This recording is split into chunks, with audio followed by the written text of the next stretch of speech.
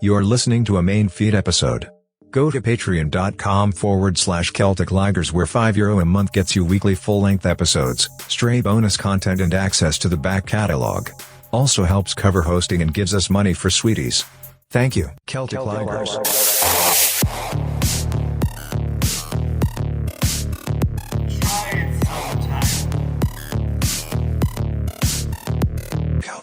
Recorded 8th of April 2025. One, Patrick Leahy. Patrick Leahy. Patrick Leahy. Pat Garnoon.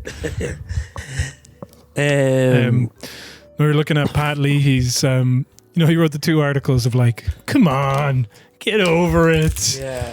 Just let them take the speaking time. That's a Bounty bar. Actually, I should let the listeners guess. I'm going to bleep that out.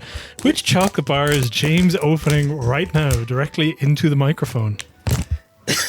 It's where do they get them? Answers on a postcard. Yeah, where do they grow? Hint. It's on island time. A crab lives in them. Yeah, something like that. Doesn't your man from The Mermaid live in a No. coconut? Nope, he doesn't. No. I don't think anything lives in a Wait, we already said it. We ruined it. We didn't. They don't You know could be where- eating a coconut cream for all they know. Could be a macaroon. Hey, macaroon. So, You can pop bars. I don't know. huh? Are you sure? It looks very uncomfortable. It's a little uncomfortable. So yeah, Pat Leahy wrote 2 articles saying we got more important shit to be dealing with. The first week it was, we need to get rid of the triple lock, so that's why can we just get over the speaking time row? And then the second week he was like, come on, we have a housing to think of, which is very funny given who he is and what his position is. He was like, we can't all live in coconuts. Yeah, and the headline for this one is controversy over Karen Corley over Ronan Murphy will have 3 principal consequences. You're like, I thought you said it. It doesn't matter a fuck. Yeah. So the 3 that he has here, he goes, Read through it. I'm not reading the whole thing because we've read enough Pat Leahy to last a lifetime. He is one of the best to do it though. Let's read like the usual, just like the paragraph that opens it up. With the two that we have to get in. Opens up like a crab eating a coconut.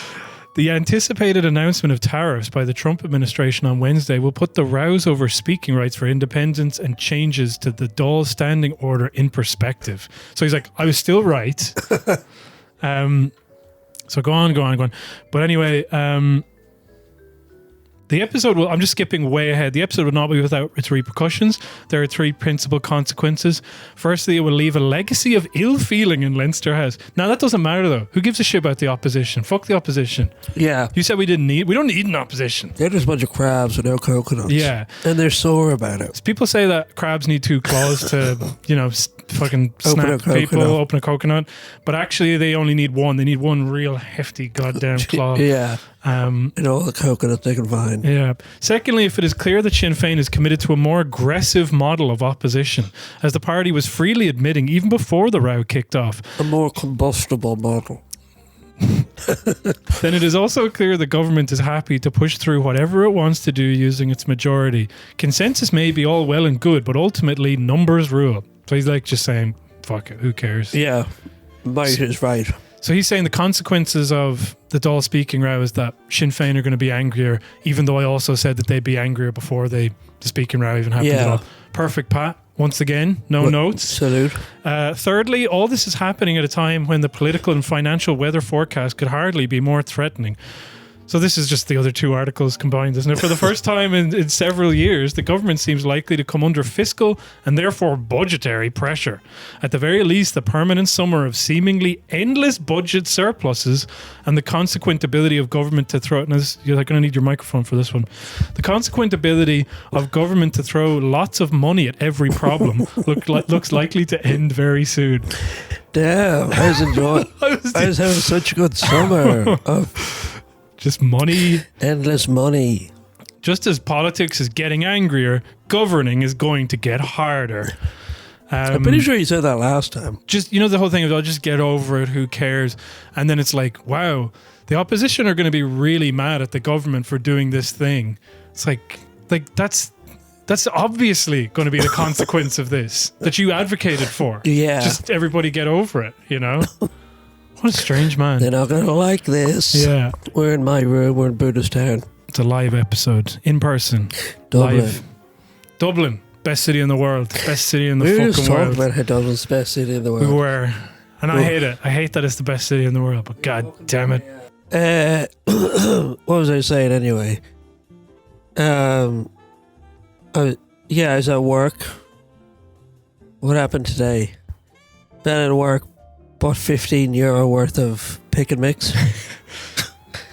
You said it was £15, yeah. £15 that was. £15. Now I know it, by the way. You know? What? You were like, he's not going to listen to this, is he? He really doubt it. Well, you know, you were like, oh, you just keep saying it again and again. Yeah. And I was like, yeah, I know. And then I was like, now I know. I wasn't even there. And now I'm like, oh yeah, £15. I'm like correcting you. The story travels. It's amazing working in an office to like low level of conversation. Mm-hmm. And then you can't leave it in the office. It follows you home. Scarring. Mental scarring. It does. There was an interesting tidbit about the guy. I'll tell the story as I told it first. Do. So the fella who was like, I have to go home, I have to pick up my dog. And I was like, where's the dog? Yeah, this is a good one. And he's like, oh, it's at a daycare. It's 25 quid a day. I said, that's mad. So you have to drive him over in the morning. He goes, no, a bus comes and picks him up. The bus comes from Dunshaughlin or somewhere. And collects like 15 dogs.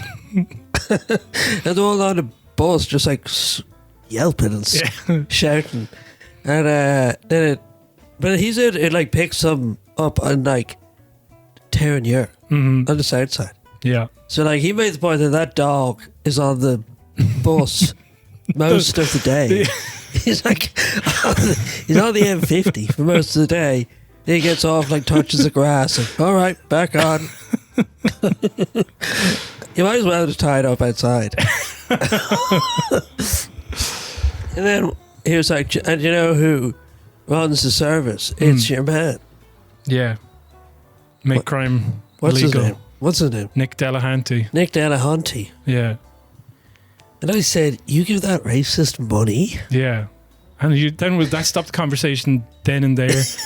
I have to go into the office every day and I can't even fucking look at that guy. Yeah. No, I'm an extreme wallflower in the office. Yeah. Yeah.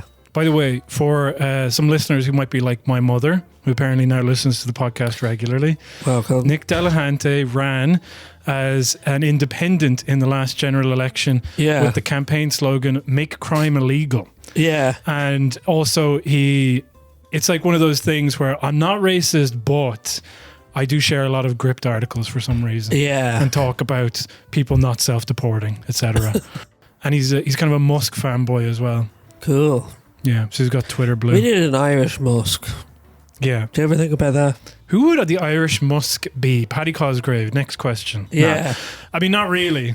Although maybe. I mean, because like Musk was like a kind of liberal darling, and then he had a turn, you know. So maybe Paddy Cosgrave has a far right turn ahead of him. You can well imagine it. Wouldn't it be great to get him on the podcast? Yeah. I think that's possible. He really does hate Fine Gael and Fianna Fáil in a way that feels personal. Yeah. As in, like, say they came out and they were like, you know, did something good for once. Yeah, exactly. He'd be like, that's bullshit. You know what I mean? It's possible because, like, I think it's something to do with this conference that Leo fucked him on the conference. Yeah. He lives in Ballyshannon. Yeah. And apparently, like, some guy near him built a tennis court. And he was like, I want one. And he applied for planning permission. And it got denied. And then he was like, you only gave it to him because of his dad was on the planning board 30 years ago. He like made a big deal out of it. Yeah.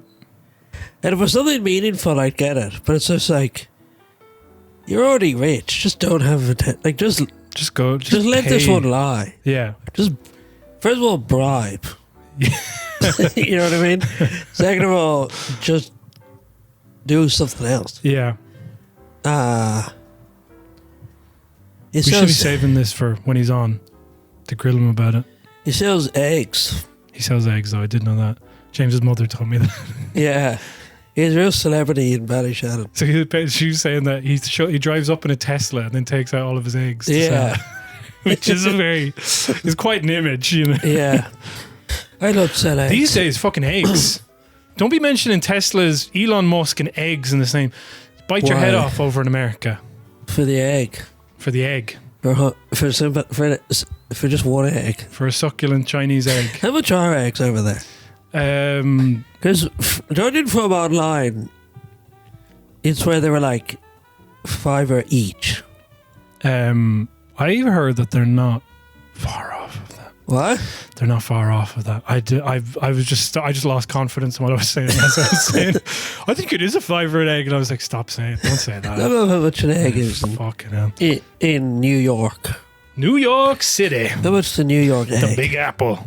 How much is a big white New York egg that they keep in the fridge? Yeah. Impossibly white, disgusting eggs in America. Someone told me once that eggs are supposed to be white, but we paint them. No, that's not what happens. Eggs are supposed to be the color that we get them. They just get like hosed down by the Americans for some reason. Right. That's why they keep them in the fridge. Because they don't have a protective layer over them. Apparently, that's what I heard. All right. Egg Price USA. Egg Price in sunny old Egg Price USA. That is somewhere that like a Republican candidate comes from. I was born in, or like, Lindsey Graham's like, I was born in Egg Price USA. I was going to say Republican, but I really meant like one of the conservative Democrats. You know, like Pete Buttigieg's clone. Yeah. I was the mayor of Egg Price. Yeah. The average price of 1 dozen eggs hit a record high in February, costing a whopping. Do you want to take a guess? Like I say, $5 per egg. No, it's $5 in total. Well, sorry, $5.90. £6. $5.90, and let me see what that's in euro. That's €5. Yeah, I suppose I paid $2.50. I suppose this is a dozen eggs, though. Said half dozen. Oh, did it say half dozen? Sorry, I wasn't paying attention. No, it's 1 dozen. Oh. So that's 12 eggs for a $5. What are they fucking complaining about? Yeah, no, I know I'm saying this from Booterstown, but $5 for a dozen eggs. That's not that bad. How much were they paying? It's like when the Americans, I heard like with, gas prices, because the Yeah. whole thing is like, so that they get the cheapest gas possible. And then they're like, oh my God, I have to pay 50 cents for 10 gallons. And you're Yeah. like, are you for real, man? Do you even use that much? You know what I mean? Yeah. I mean, they do though, because they fucking drive everywhere. They do not do like, they'll drive like really short distances. And they're fat too. And they're stupid. Do you think they stolen my idea about ChatGPT writing The Simpsons?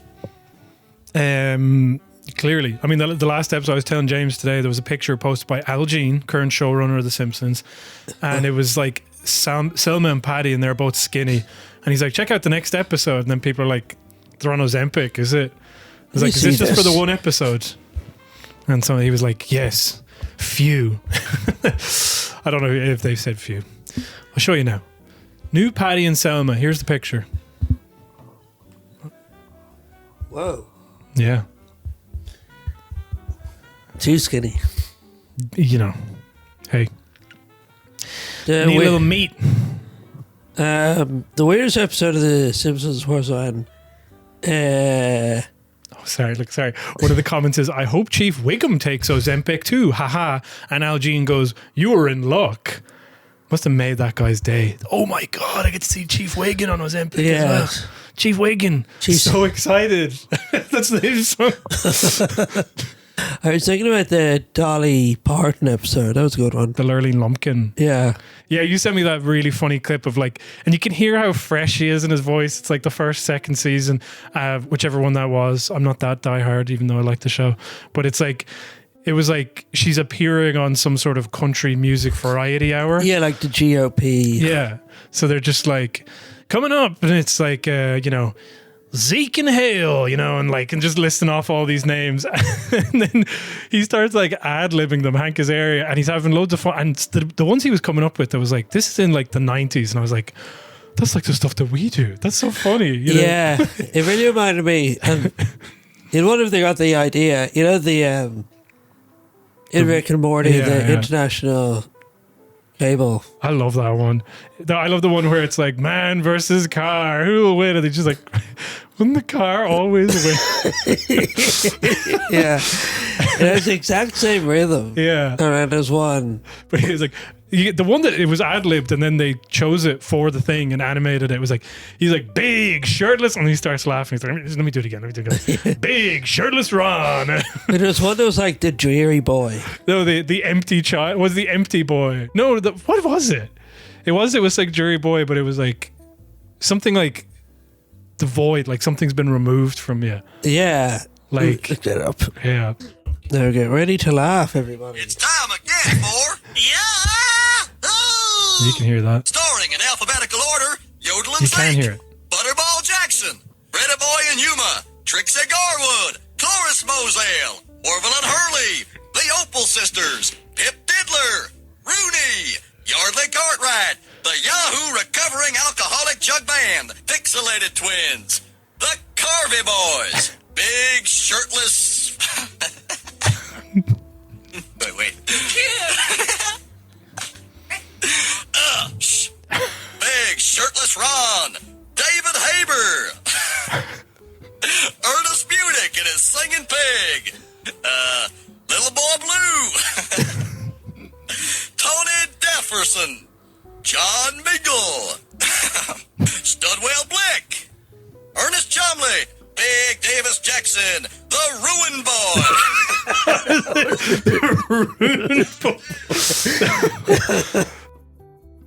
Have you seen the Drake and Josh You sent me that podcast?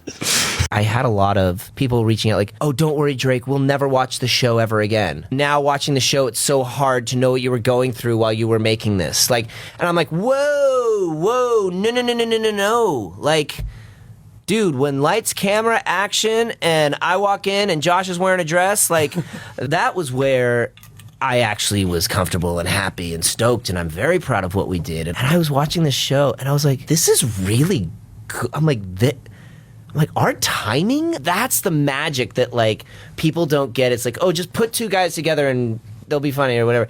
And it was like those, wow, am I tearing up right now? I know, I am too kind of. This is... Oh, but it's like, that's the kind of things where like, whoa, just take it easy, man, right? Whoa, just take it easy, man. That's not a joke in the script, Yeah. you know? It's like, that was just a line. But it's like, everyone asked me, can I get a video of you saying, whoa, just take it easy, man? But we just picked up on these little things. It just made us and like gave it that special thing, you know? It was very special, and you can't recreate it.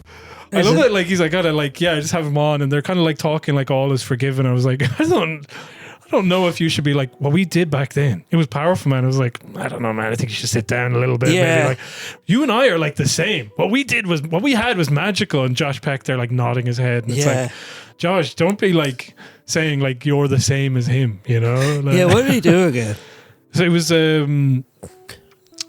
Kidnapped a kid or something. yeah, it was to do with kids. It was an inappropriate. It's not inappropriate. I was about to do that like thing that the papers do, where it's like an inappropriate relationship with an underage girl and or an underage woman. It was like, so you've been like, Well, was it on his child own? sex. Or something? No, it was Did he like, not just kidnap a kid? And it turned out it no, was he stalked this woman, this fucking girl who was in like this school. 12-year-old woman. Yeah, this 12-year-old woman. I'm sounding like the freaking BBC when they're reporting on Gaza. Yeah. I found that very sad, that whole thing. It's like, how old were they in that? 12? Oh yeah, well, like because they were in all that where they would have definitely been like 12. And they were Couldn't have literally just sitting opposite each other being like, what we did was important. been- Yeah. And we had real chemistry. And yeah, they're really like, he's really, because like Josh Peck has a kind of career of himself and he's kind of content in himself. But Drake Bell needs to believe, like, no, what we did was really important, actually. Yeah. And you're like, lad, it's not Keenan and Kel, Yeah. which was crucial. He, But Keenan and Kel was actually kind of What? important. Keenan and Kel was actually kind of important. yeah, they're not good if you watch them now. I watched it. I thought the Screw and the Tuna one still held up, but I mean, Really? like and I like the one where they got trapped on the. He's trying to put on the Sears Tower. The movie was funny as well. I liked the movie. I didn't like the movie because it didn't have a laugh track. The only thing that kind of made me hesitant on the movie was that. Sorry, battery ran out. So I was going to say that giving out about people having headcanon issues, and then I was like, the reason I didn't like the Keenan and Kel movie is because it's too paranormal. It kind of suggested that the Headless Horseman was real, you know? But yeah, what was it? But Keenan and Kel, you could say, was important because... Yeah, friends of mine, his mom used to say that King and Kel was just made so black people would feel important. What the fuck? Your friend's mum said It's a mad thing to say. What? You made it sound worse than it was. Like, I mean, was it positive when she said this? It is. It's one of those things where, depending on your tone of voice, it's either like good or bad. You know? Yeah. If someone's like, "Yeah, that show was made for black people," Yeah, so they could see themselves on TV and they could feel important. where it really relies on the word "only." Yeah. That was only me. Like, there was a lot of shows like that, but there wasn't like a lot of shows for young kids. And I know it's going to sound like, you know, and it's fuck it might sound a little racist, but Coolio did like the intro for that. The idea of like, you know, rap and hip hop and culture like that coming in, it was in the late 90s. Like, all of the kids stuff is kind of playing catch up. Like, if you think about, like, I don't know, Tom and Jerry Kids or something like that, that was, I know they're not comparable shows, but like, the music in that is like rock and roll and like, yeah. Whereas in the end of the 90s, it was like, this is a fucking cool show. Kel looks fucking sexy as hell, okay? This teenage boy looks fucking hot. But he did look cool. They looked fucking cool. And they had like, you know, they had like, and the music and the kind of, and the fact that they were black and that the whole cast is black except for like Chris. Except for the demure beta male. Yeah, exactly. That's all stuff that's actually important. Whereas when you do, oh no, we're going to do Drake and Josh, it's like, that's a massive step backwards.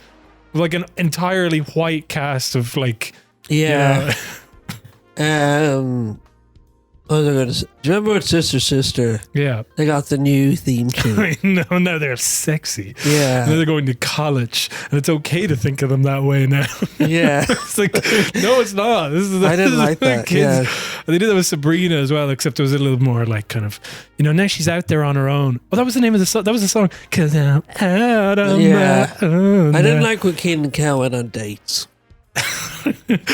I feel like I didn't like that either. I like the reason I liked it because Keenan was like, he was like a little. Keenan was a player, but he was like the wolf in like Looney Tunes, you know, like he's like the water's pouring out of his mouth. He's like, yeah. You know what I mean? So like that was kind of. But when Tia and Tamara are going on dates and it's like, hey girl, where are you going? It's like, no, it was like it was too intimate, you know.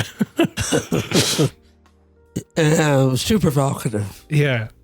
That's why I got cancelled. Yeah. It was too provocative. Remember, we're going off this in a minute, but do you remember the Nadina? Taina. I've been having dreams of me being on a star. That is the worst theme You'll be tune. saying my name. Yeah. That was awful. Except I was told by Ginger. I hated that one personally, even though it's probably a little bit better. It was an easy job being a Nickelodeon writer because you just were like, you had a big dictionary of races. And you were like, okay, what if none Drake of these can be in the same show? Yeah, what if Drake and Josh were, you know, Afro-Cuban? Yeah. So, yeah. All right. Write it up. Just when they go out for dinner, they're eating like plantain fritters. You know? What if they were Uyghur?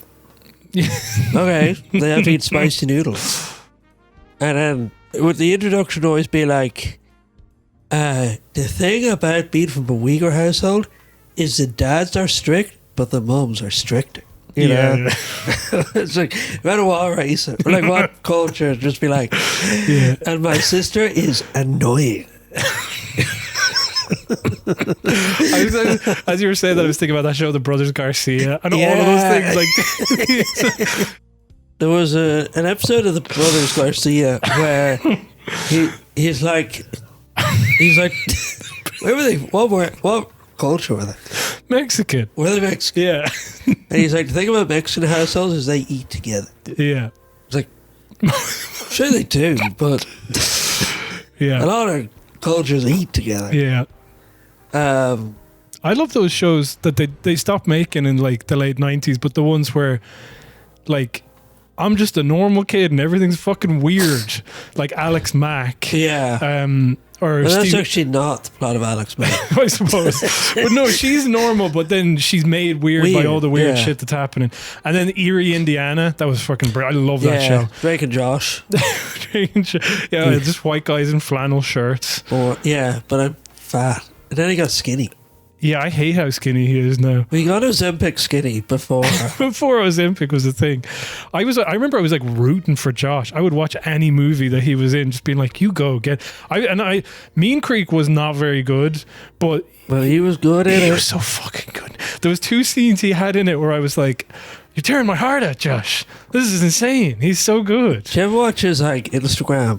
It's very strange. He's intense. An odd man. Yeah. Very intense gaze. And he's like trying to be funny. Yeah. His whole thing was he'd go, I have the game sphere. It's spherical. Yeah. It's spherical. You know? Should keep doing that. Well, that was what's his name? You know, the guy who turned out to Dan Schneider. Yeah, Dan Schneider. That's the type of shit he does. Like if you think about it, like he's like coaching these kids, and you say that sort of thing, and you emphasize it in that weird way. Yeah, get fatter. Just imagining, the man that binds, where it's like I'm my number one fan. Yeah. They had that kind of like all that pronunciation, and then what was the other thing they did? She's the OG. She doesn't get her due. No, she doesn't. Just because she lost her mind. I think she was okay. I think she like. Yeah, she was. I think she took a step back. I don't know if she had like bad mental health, but it wasn't like she wasn't like freaking Britney 2009, huh? She famously was. Was she? Yeah. Well, I take it back. I wasn't keeping track. She got a tattoo on her face. Of what? A foot, and a heart. A foot. Not the feet. Did you watch? I was like, sorry, just for my mum. All of these shows just like explaining Nickelodeon live action shows from the late 90s to the early 2000s. Yeah, for your mum or for anyone under the age of 29 years old. People know. Yeah, Ned's Declassified School Survival Guide changed everything. Yeah, I wish we had one of those channels. Yeah. The secret radical politics of Ned's Declassified. Cookie represents the... Do you ever Cookie? Why Recess was more socialist than you remember? Yeah, I love those. Or like, Randall represents the police state. He's a typical Trotskyite archetype or something like that. I don't think he was a Trotskyite. I don't know. I don't know any of this, and I never will. Well, what does he more accurately? What does he more accurately represent, Randall? What archetype? I feel like you're baiting me here, We all know it. No, I'm not going to say it. Okay. What country would he be from? If he wasn't American. Yeah, I just just one for you to think about. Yeah. What other country takes notes and blackmails people? Anyway, what's in the news? Tariffs. Before we talk about the tariffs. Yeah, I wasn't really thinking about the tariffs. Then my parents were like, Are you going to watch the tariff coming in? And then I said no. Then I did anyway. And I texted you. Yeah. And you weren't watching either. Yeah, I just like... I one of the things that I've noticed is quite funny is like, like the way that they talk about tariffs is like the way that they should talk about Gaza. With this tremendous sense of urgency and like... So I watched his intro to the tariffs. Yeah. He was loving it. Trump. Yeah. And he's doing... I can't do the impression, but... Yeah. But there was a very, very funny Saturday Night Live sketch which everyone should check out. Well, there was a funny moment where he was like, he's doing, these are the greatest tariffs you know what he's like. Yeah. And then he's like, we're going to have this guy on, he's going to explain them to you. And they just like brought on a guy in a hard hat. Yeah. It really just seemed like this guy works in steel, he'll fill you in. We've also got a guy dressed as a Native American, a policeman. And then just the guy started speaking, RT cut away. I was trying to find out what the tariffs were. I love that they were like freaking out. Like again, like I mean, I don't know I don't know. I know we're repeating ourselves, but this whole thing where it's like he's got to go over there and have this meeting with Trump so that we can avoid getting tariffed along with the EU.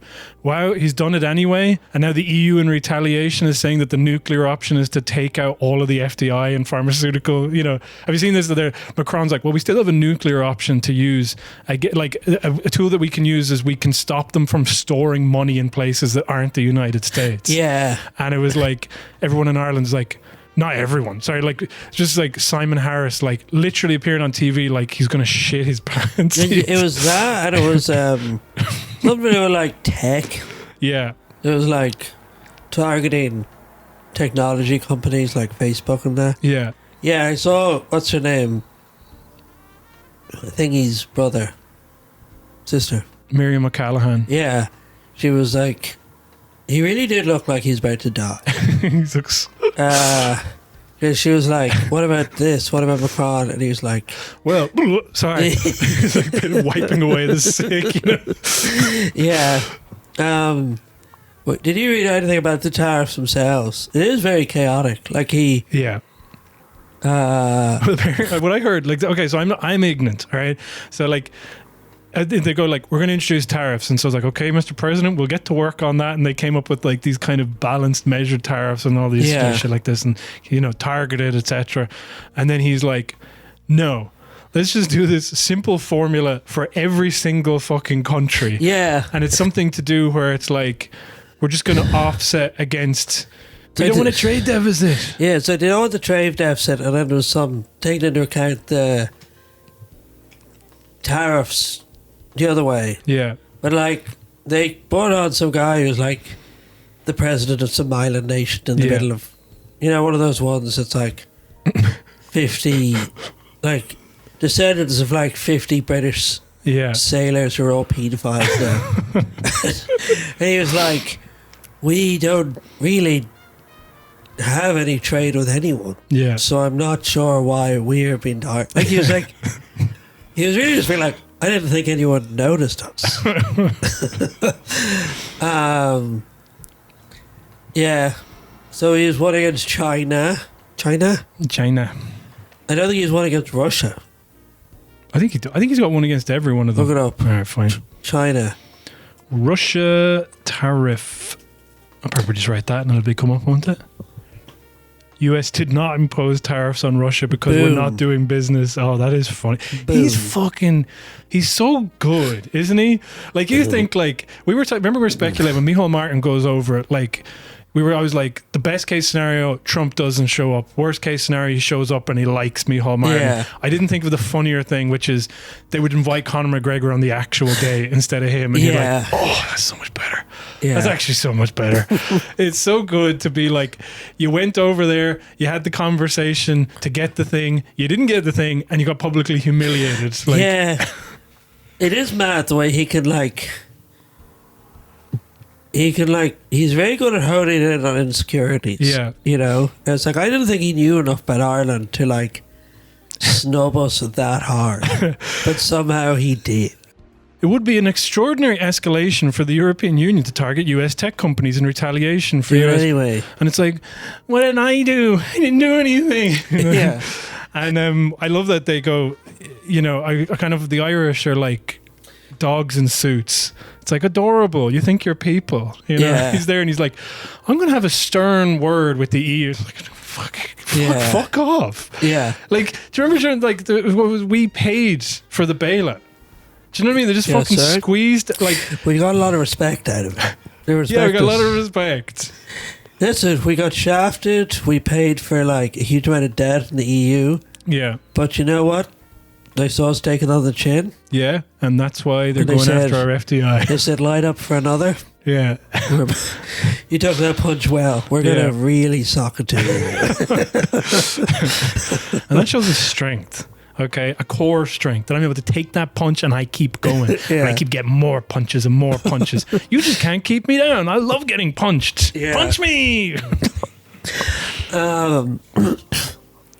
He's Also- such a fucking moron. He's so pathetic. It is mad as well to see how it is hard to see what the plan, like with the tariffs, because like they say that there's been like 6 trillion lost in the stock market. Yeah. So obviously I don't care about that, but like Yeah. you assume Trump would. Yeah, I don't know what's gone wrong. As in, like, because I was saying for ages, like, well, the tariff stuff's not going to happen because all those business guys say to him, no. And he's like, okay, sorry. Yeah. Now he's just like, who cares? I make reality. Fuck you. Yeah, and then there's some idea that like I don't know enough details, but it'd be like everything gets, you know, stocks go down, and then it allows the rich people to buy them up. Yeah. Now, I don't know if that works, but it's a theory Mm. that'll allow for like further purchasing of things. Yeah. Another way to transfer wealth up. Yeah. I don't know. I I like Boys. what? No, I lost my train of thought entirely. Oh, here's another one. Exclusive. Territories bill will be shelved in bid to keep US happy. So that's another thing that they're prepared to do, to Yahoo. get rid of that shit, to be like, no, Anything. please, please. I was like, have you not learned anything? It's You're really, not- it's mad the way that it's been like, you can have Facebook or Gaza yeah. or like avert genocide. It's like, Yeah. well, I need Facebook. Yeah. So, I guess we have to be complicit in genocide. yeah. Oh, but the It's other like the thing- trolley problem, but for like the world's worst. You know the trolley problem? Mm, It's like, I do, yeah. You got to switch, and Two you can- trolleys. There's a trolley, and it's one track is going to kill 10 people. The other one is going to only kill one. yeah. You have to pull the lever. Which one? And it's sort of been like, you have to pay €1 to switch the trolley off. Yeah, I will not do that. I will be keeping that euro. I think the reason, like, I'm actually getting a lot of, like, until, you know, like these type of things, like a bomb goes off and then it takes a while for the explosion to hit people like me, you know. Don't know, that's how bombs work. Like a nuclear bomb, maybe. Oh. But I know what you mean. No, I it could is, like- choose a better example. No. But ultimately, like, I'm probably going to feel some real and immediate pain financially, okay? Yeah, you. But it is really good, just like, it'll probably be like when they, if they ever nuke Tel Aviv, where I'm like a few miles away and it's like, I just want to watch it happen, and then I get evaporated, do you Like- know? You mean like at the end of that famous movie? Terminator 2? No, Terminator 3. Steve Coogan was in the film, the play, Doctor Strangelove. Yeah. Dr. Strangeglove. Yeah, You saw the play as well. yeah. Quick review. Lightning review. Poor, Okay. very bad. It doesn't sound like it would lend itself to theatre, And to be Steve honest. Coogan, And the movie wasn't great either, in my humble opinion. he dropped out. He said he had laryngitis, Read it. which I think is bullshit. So you He- didn't see Steve Coogan? I did, Okay. but the next day he dropped out. But ultimately, like, these guys are like freaking out. They're really upset. They're really hurting because of the money. And it's like, you know, it's kind of like you're kind of happy to see it in some ways, but then you're like frustrated because like they're bombing children. They're bombing hospitals. They're bombing tent Yeah. hospitals. And these guys couldn't give a fuck. Like, you remember when Simon Harris appeared on Ryan Tuberty's podcast and they asked him, what makes you cry? Yeah, And then he goes, I had to say the children of Gaza. But like, you know, the emotion that he shows when it's like, we might lose our tech sector. It's like, that's the emotion that he Yeah. doesn't know to use for the children of Gaza. Like, Yeah. he just says the children of Gaza, but when it comes to the tariffs, it's like I'm like really rattled, affected, Yeah. concerned, upset. Doesn't know. DEFCON 1, whatever the highest DEFCON is, we need to fucking get this shit over with. We need to do something. Yeah. There's an urgency. There's like, it's like, and also the other thing that's funny about it is thinking about, he's like the worst ambassador for like, please people have confidence in like, you know, Yeah. our financial institutions, otherwise they might crumble. And it's like, I'm taking my money out right the fuck now. Yeah. Get out of my way, gun in Simon Harris's face. Maybe I will take all my money out. Maybe that's a good idea. I'm going to get some water. It's a 10:30. I'm going to get some water. Okay. I'm going to get some water. So that's recording now, and there's some Percy pigs in the mix. And we're not talking about our freaking old minister for housing now, minister for... What's he doing now? The environment? That'd be crazy. What is Dara O'Brien? Minister for climate, the environment and energy. I'm going to mop up some of these tabs. The Israelis are really pissed off. They got 17% in tariffs. They're like, what the fuck? We thought we were your special little guy. How much did they get? 17%. Everywhere else got 20. And there's why are they complaining? Government to introduce strict new Airbnb rules limiting short-term lets in major cities. James sent this in, and then I was like, how will I scroll down and see when it's EU mandated? Yes, it is down here, and like halfway through, the EU is making them do this. And when's it coming in? 2026. Yeah. Just in time. But I love when they do that thing where like, yeah, I know it's about time, and you know we have a housing crisis, and there are a lot of short-term lets out there when there really shouldn't be, and it's like, is the EU making you do this? I was about to do it. I was gonna do it, Yeah. and I was just fortunate that they told me to do it. I was reading an article about Michael Lowry because he did slaps against this particular journalist for saying shit to him. So the guy wrote up an article in The Currency basically talking about how much of a bollocks Michael Lowry I was. saw that. But there was a paragraph that I just thought was funny because I didn't truly appreciate how corrupt and brazen Michael Lowry was. He asked if I knew that Dunn Stores had paid for the refurbishment of Michael Lowry's home in Tipperary. Ben Dunn had made the financial arrangement privately with Lowry, and he said the work on the property in Tipperary had been completed by Dunn's architect and builder. The cost of the refurbishment to Lowry's house in Tipperary were charged against the Dunn Stores outlet in the ILAC Centre in Dublin. And I love that Ben Dunn features in it as well. Just like, Ben Dunn is such a comical guy. Like, yeah. born to the Dunn family, Yeah. which is Ireland's version of like, what? You know, being born to the Koch brothers or something. Yeah. And he's just like this big fuck up. Yeah, yeah. You know, there's that story about him and like he's over in America, In Florida. in Florida, and he's like doing coke and there's Yeah. like prostitutes in the room. Yeah. Sex workers, come on now. What? Sex workers. And how? He put, he sure brought them They to certainly were sexy workers. That's not what I said. and then he like tried to kill himself. Yeah. And now he's does these like sober interviews Yeah. where he's like trying to be like, Now I have a chain of gyms. what? Now I have a chain of gyms. Yeah. I've gotten fatter somehow. And then he died. I've never seen a fat coke addict, let me tell you that much. Something your weight's supposed to fluctuate. I don't know why. Like you go from fat to fatter. Yeah. He just been starting his MPEG. Yeah. Him and Patty and Selma in a room in Florida. But like, you know what I mean? Like both Michael Lowry. Yeah. I just have these people. They're so like wedded to money that this guy's like, I'll give you a bunch of money. This sweaty, disgusting cokehead. Yeah. And then they're like, money? And they're both like end up in front of tribunals. And then like Elise Haughey like was from a time where it actually seems to have emotionally hurt him that he was in a tribunal. Yeah. Whereas Michael Lowry was like, all right, Peace out. whatever. So it's like, oh, you'd an island. Yeah. And you like fly to Paris. Yeah. Whereas like Larry got a kitchen Yeah. and he flies to like Holyhead or somewhere. Yeah. You know, his. It's I just just- it's if you criminals not to be criminals used to have good taste. You know what I mean? Yeah, Well- like he still lives in Tipperary.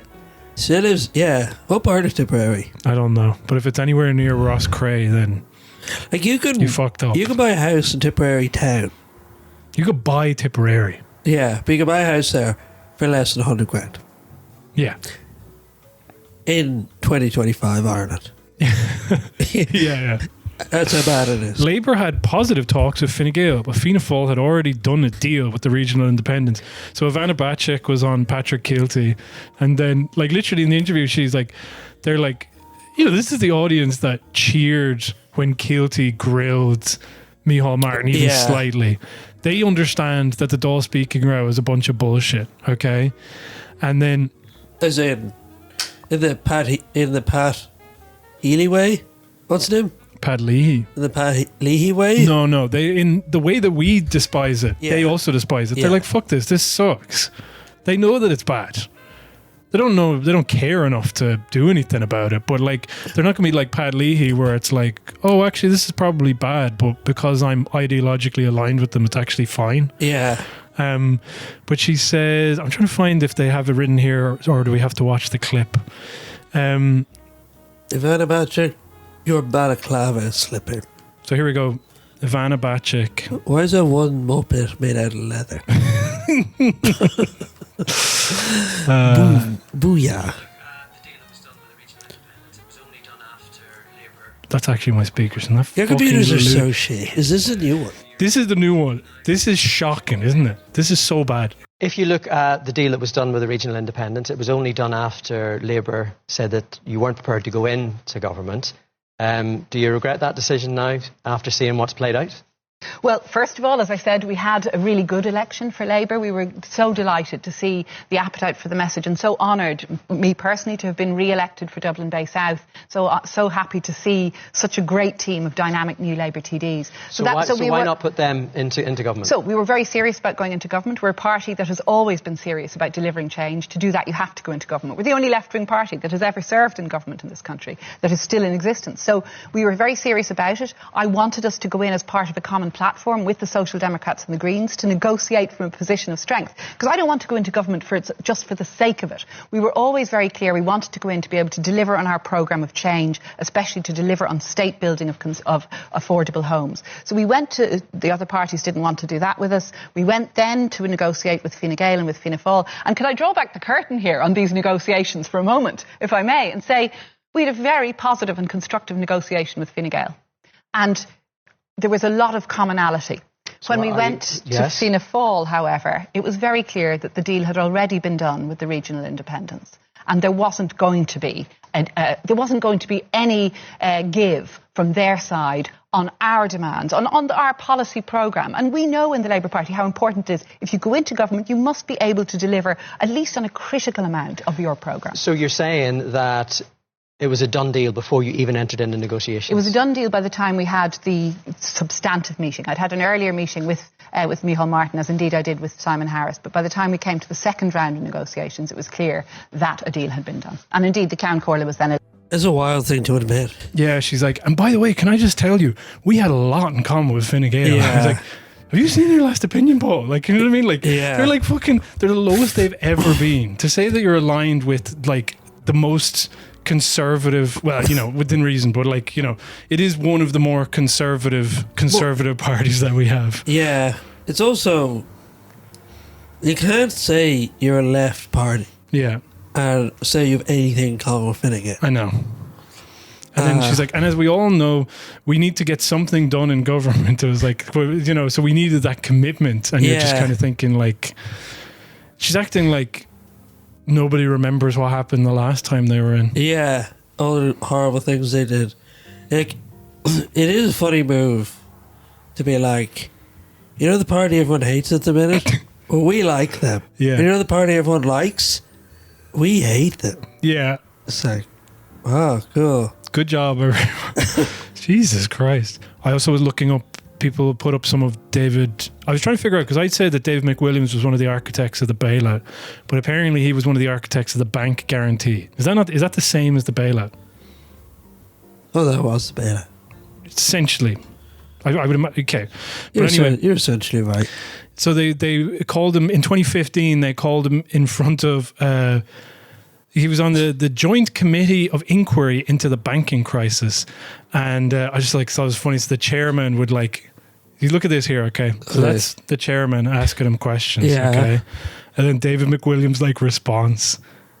It just goes on for a page, and some of the stuff that he says, he talks that Hollywood guy where it's was I right? Oh man, I was worse than right. I was wrong. That type of he talks in this sort of way. These guys, the crash was inevitable. Now, why was it inevitable? This is the key. It was inevitable because of the way in which the banks were financing themselves. Again, I wrote all of this at the time. We've all seen I was The writing Big this Short. yeah. And it goes on and on and on and on and on. And then the chairman goes, move towards a wrap up now, Mr. McWilliams, because we also have to ask you some questions. Mr. David McWilliams keeps going, I'm trying to get to the point of why this economy works as it does and why we need to have a set of views of the economy which reflect what actually happens in reality and not in some dream world of academia. I'm saying the bank's balance sheets play tricks on them and they ultimately go bust. Why is that? Because they are allowed to borrow yet more. They keep borrowing. It goes on and on and on. But the thing is, basically what ended up happening is Brian Lenihan was like, can I talk to you about how we solve the shit that's going on with the economy? He says, absolutely. And then they had a bunch of phone calls which nobody took any notes during. And then David McWilliams boasted that, oh yeah, they came up with the bank guarantee with me on these phone calls. And then eventually it went south and he was like, oh shit, no, they actually only took part of the bank guarantee that I proposed. Yeah. Because I said it within reason. It shouldn't be And so basically they're just, all these people keep asking him why'd you do that? Yeah, they kind of just go did you not think it was weird that you were on a phone call with the Minister for Finance during the financial crash and you were having this kind of phone call where nobody took any notes? What was said? What did he take from what you said? All this type of stuff. And he goes, look, Star Wars is just goes on and did I have was right? Well, no, it's hard to say, I don't understand why a Minister of Finance country does not want to precipitate. You got crabs, you got coconuts. Crabs want the coconuts. You can't let them have all the coconuts. Where is it's funny that he's plugging his book in the middle of it as well. Oh no, multiple times throughout the whole thing is, as I wrote in my article, as I wrote in this book, and he names the books. Really? He'll put in the books. He'll be like, as I wrote in my book, The Pope's Children. As I wrote in my book, fucking whatever, Tales of a podcast, Celtic Ligers. Rockstar economist, ignorant fucker. What was it? Briefing. Where is this fucking reference? Do we even need it? Who cares? It is mad that Brian Lennon died. Yeah. When did he die? Pretty quickly. Yeah, he really deteriorated when he got his diagnosed. He had liver cancer. Yeah, he had liver cancer during the whole bailout thing. Mm-hmm. Imagine just holding on to the, must fuck country one more time. He died doing what he loved. Yeah. Wouldn't you rather spend his time with your family? No. Banks need money. Yeah. It's bank needs public money. Parents must be evicted. Yeah. Where the fuck is that? Okay, whatever. And in 20 years' time, he'd be looking down at the 15,000 homeless, just smiling. It wasn't for nothing. Yeah. More Doll records as well. This is one that was pointed out to me by The Ditch, where they said a response that Pascal Donoghue gave to Paul Murphy, who was basically saying, will the central bank stop facilitating the sale of Israeli war bonds? Shut up, your kid's gay. But he goes, he says this thing which I thought was I had to check, because I read it in the Ditch article and I was like, I'm going to have to check this to figure out the fucking context. What did he say? I'll look up the Ditch article instead of What did he say? Well, he said something, get the fucking word. There it is. If you tolerate this, where is the quote? Yeah. People before, this is from The Ditch. People before Prophet TD Paul Murphy had asked Donoghue about the Irish Central Bank's facilitation of the sale of Israeli war bonds, marketed by that state as a means of supporting its ongoing genocide in Gaza. He got quite the response. Here's the quote. I'm reminded again and again that for somebody who claims to be on the left, for somebody who claims to be part of a movement that is about tolerance and inclusivity, there are a few figures who serve that agenda less than you. Your language is consistently poisonous. Your language consistently looks to demonize those who are acting in good faith. You, in turn, in your own way, are a contribution to the decay of standards and how we can engage with each other and debate issues. That's crazy. That's why I had to look it up. I was like, you fucking said that? Are you for real? Do you know these people, like these guys who have been like, you know, okay, we're going to get rid of the triple lock, we're going to get rid of rent pressure zones, we're going to steal opposition speaking time. Don't fucking yell at us. That's misogyny. Also, I'm going to speak Irish so the camcorder doesn't understand because she's a dumb fucking bitch. And it's just like, why are you facilitating Israeli war bonds being sold that are killing Gazans? And then he's going like, you are poison. You're poison. You were destroying. Like, that's... You're destroying this country with your questions. It's not... I don't think this is like hyperbolic to say. This is fascistic language. To say like the opposition are poisoned. They're trying to destroy you. You know? Yeah. They're trying to kill you. All that language is like, you know, that it makes it okay when it's like, I was going to say, it makes it okay when you're silencing opposition voices. Like, I guess it does, because like that's what happened. All the columnists came out and were like, well, they were yelling, so maybe they should have less time to speak. Less time to yell. Yeah. Calling them poisonous is crazy. Yeah. Like, I don't think I've ever heard Paul Murphy say anything like that. No. And he said some pretty fiery stuff, but he would never call them like evil. Could you imagine? No. And like, I wouldn't blame him if he did. You know what I mean? They take it all so personally. Yeah. They're like, you have to lose. You can't take it personally. But when we win, we'll take, like, we'll get personal. Why would it? Like, that's the thing, is they've gotten absolutely everything that they want. Like, you've and already they're like, won. just... It's interesting. I wonder if it makes people like Pascal more. Like, do they like that he gets so stroppy? Against Paul Murphy, I'd wager, yes. Yeah. His base. And they do think he's poisonous. Didn't he lock Joan Burton in that car? Didn't he lock her in? Yeah. And he was teasing her. He was teasing her outside. Yeah. Holding the pack of skips. Do you want this? Can't have it. Yeah. He put a banana in the exhaust pipe. And I actually, honest to God, think that Paul Murphy should have to sit down and watch Adolescence, because it asks some questions and it answers them. And the answers, yeah, I think he should take to heart, honest to God. Yeah, it says don't do it. Yeah. I fucking hate that show. There's some good performances. I like the script is fine. But you know, the other thing is that they tell the story in like real time, obviously, because it's the one take. And slow. So the whole thing is one super shot. Quick. Yeah. What? It is super quick. Like, they keep the pace going. It's going a mile a minute. And it's about a kid. Yeah. Right there. I'm out. I don't watch kid shit. Yeah. I don't watch Mickey Mouse. I don't watch... I watch adult shows like Drake and Josh. Yeah. The important stuff. Yeah. Adolescence. So I've seen it. He gets up and he wakes up. Yeah? Am I right? Sort of, in a sense. He wakes up to reality. Yeah. And he goes at all the blogs and he's like, 80% of women, you know, like the men, 20% of men. Yeah. And then he kills a girl. Yeah. And then he's 13 years old. Then he's 13. And what if you're a kid? What if you're a kid, your What if beloved that was baby your boy? kid? Think about that. Yeah. Think about that.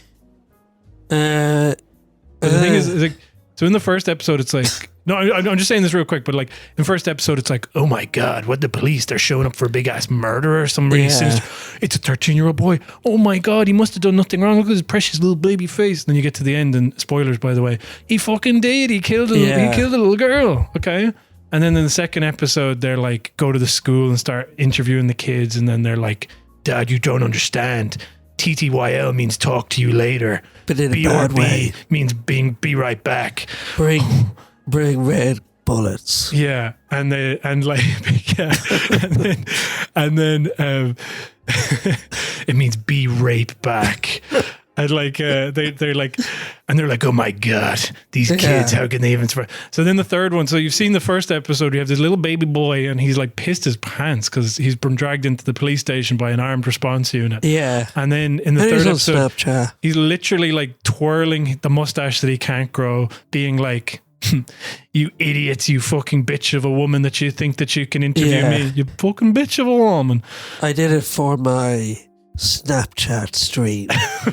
But like what happens is he suddenly becomes like really articulate and really sort of like cunning and calculating and aggressive, and you're kind of like, he's talking about Andrew Tate, and I was like, I've no doubt that 13-year-olds have seen Andrew Tate, and I'm going to say right now, I think he's talking about it, and I know it's not that much of a distinction, he's talking about it the way that a 16 or 17-year-old would talk about it. Okay, so and then the 16 and 17-year-olds are the ones who are being most influenced by Andrew Tate at this moment in time.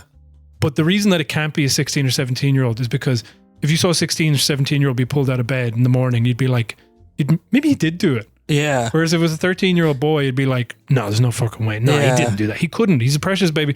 And it was like, so then you see the mechanisms of the TV program where it's like, well, our twist wouldn't work if it was a kid who was the proper age, but we need to have that conversation about what teenagers are watching. I was like, well, you're not. You're having this kind of, you know, melodrama soap opera thing. It's like, yeah, we're doing that to engage with the people. And then, but that episode is like pretty much the only episode that talks about the freaking issues, man. The rest of it is like, what would you do if your son, your beloved baby boy, if he was a fucking stone cold killer? Yeah. What would you do? What would you do? Well, I'd kill him. I'd kill him. No would you kill baby Hitler? Yeah, if he had the little mustache and everything, if I knew it was him. If he was older. Yeah. That's the end of the free bit. Go to patreon.com/CelticLigers to hear the rest where. There's a lot of funny things, but the main thing is reading out Simon Harris's diary he wrote for the Business Post about how hard he's working to stop the tariffs. And which the Business Post actually fucking published and then asked you to support their journalism.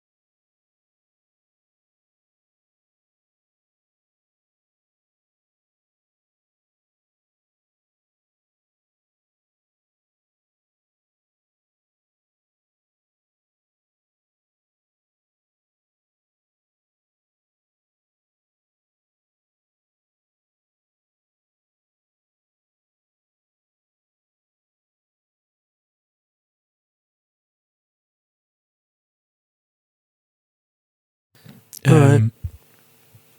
Yeah. All right. It's nice short. What? Listen to that. Hold on. I'm just going to hold my microphone up to the fan on this fucking laptop. Loud. 1,600 euro. What? 1,600 euro on that fucking. What? Okay, bye. That's the end of the episode.